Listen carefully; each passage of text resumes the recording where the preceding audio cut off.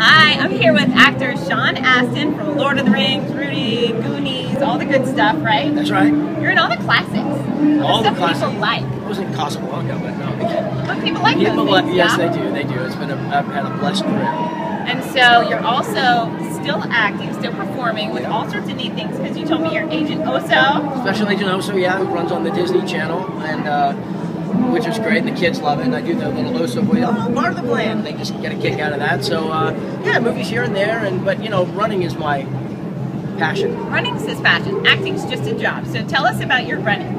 Well, I've been running my whole life, and long distance running, and I ran in high school, and there's periods in my life where I stopped, and then I get really fat, and then I start running again, and then I get skinny again. So Isn't it interesting how that works? It's funny, yeah. Now I realize that after 40, I'll be 42 tomorrow. Wow, happy birthday. Thank you very much. And what I realize is the diet, the nutrition is really kind of the whole, like 90% of it. So I'm starting to learn how to eat properly, but it's just fun. I mean, you come out here, there was 36,000 people out here this week, and probably 26 ran in this half marathon, and you just, it's fun. People are alive, they're cheering, and there's nothing bad about running. No, nothing bad. Even if it hurts a little bit at first, it's like the type of mild pain that's worth pushing through because you can accomplish something so good wonderful. Pain. It's a good pain. You know, you can get hurt. You have to learn how to do it. You should talk to your doctor, make sure you're up to speed and everything. But you know, people always say, I love running when I stop. But the truth is, if you do it consistently and you build yourself up slowly, you get to a very it's a really serene place, and you get to see mountains look different. The world looks different when you're running. So I encourage people, wholeheartedly to do it. Now, folks out there were excited to be running with you. Who was the neatest person you saw out today? I saw a lot of people who are following this little inspirational Twitter campaign that I do. That's about making dedications. People dedicate their races to loved ones. People are, they've lost. Another reason. Yeah, or they, cancer research. Forward. And just taking a moment to sort of say, I'm going to hashtag run third. That's the little symbol. And this was the most I'd ever seen. Every few miles there was a gaggle of people that had their run third signs up. And I didn't know them. That was really fun. But there's one lady within like 500 yards of the finish, an older lady, probably in her 60s, and her calf seized up, just bang, right, just like that. And she said, you have to make a decision whether. No, she stopped. I mean, she stopped cold in the middle of the track, and she couldn't move. And she was afraid if she moved, it would break, like her leg would break off. And so sometimes you just keep going. You know that the race people will help. Yeah. But this time, my buddy and I, we stopped and we went over and we were going to help her to the side. She said, "No, I can do it.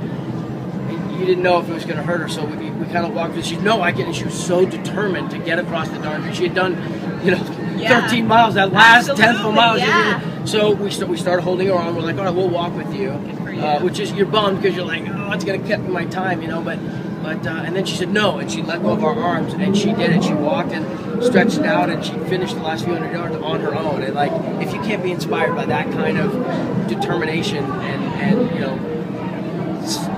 belief in yourself. She believed in herself. That it's just, I like showing my kids it. I have 3 daughters, and I like it when they can be exposed to that, because lives are busy and things happen, and when you sort of look what these people are doing. Look at this person who's probably 150 pounds overweight, and they set it in their mind that they're going to do this thing, and they do it, and you can tell it means something to them. So it's leading by example. Whether you're an elite runner like my friend who ran it in 1:07. Rachel, we all love Rachel. She's incredible. She's the best Disney princess winner ever. 3 in a row, 3-peat. What's really interesting though is I find the people who come through first, amazing, impressive. It's the people who come in last that I think are the most interesting. Well, that's right now. It's happening. Right, the people are coming in there, and you want to cry because it's just. And then so the other thing is we're forgetting, and he probably has forgotten, that Sean has a crown on his head. I do. What crown? What? A tiara? I'm so accustomed to wearing Never, costumes. ever wear. But he's won, not only earned this beautiful 5th anniversary Disney Princess Marathon medal, coveted. He's got the Coast to Coast, which shows Mr. Walt Disney and the Mickey Mouse. The Mickey Mouse, the sort of tradition, the archetypal image of it. But you have to do, for those who don't know, you have to run a half marathon or longer in Disneyland in California, and then one in Disney World. Florida. Yeah, so And what I hear is they're going to have one in Paris soon, maybe. Oh, I can't wait to see that one. I can't wait. Meet up in that one, right? They call me sort of a. Put on the mustaches and go ho ho ho. We all running today. Put on your mustache. You know French. Hello, ladies. We are going to make a medal for you. No, but they call me. My friends call me a medal. What's it? I know. Lady of the night. I know. A medal lady of the night. Is that that's a more right, political that's correct way? Yeah. But like that's why I run for other people. I run for poetry. I run for the hardware man. You tell me what kind of medal we're gonna get. That's what I'm after. And the crowns. And the crowns. Yeah. My daughters like it. I wore a Tinkerbell. Right? All the guys were. Yeah, and I had the wings on and. That was the first time they really liked me running. Okay, Daddy. Do what it takes, right? And by any means necessary, absolutely. Well, I'm so glad you spent time with me, and for all of you guys out there who think you can't run a race, even if it's a 5K, just go get started and use Sean as a role model because he is. He has a lot of work, a busy schedule, and a family, but he makes it happen. No, it's so rewarding. Any day that you go for a run, even if it's just like a couple blocks in your neighborhood, your day you feel a little bit like you earned this day. This is a real day. I earned this day, and yeah. So the hardest part is putting on your shoes and walking out the front door. After that, it's just a question of degrees. Awesome. So put your shoes on, get out there, and have a good time. That's right. And for everybody else, it's time to get to work.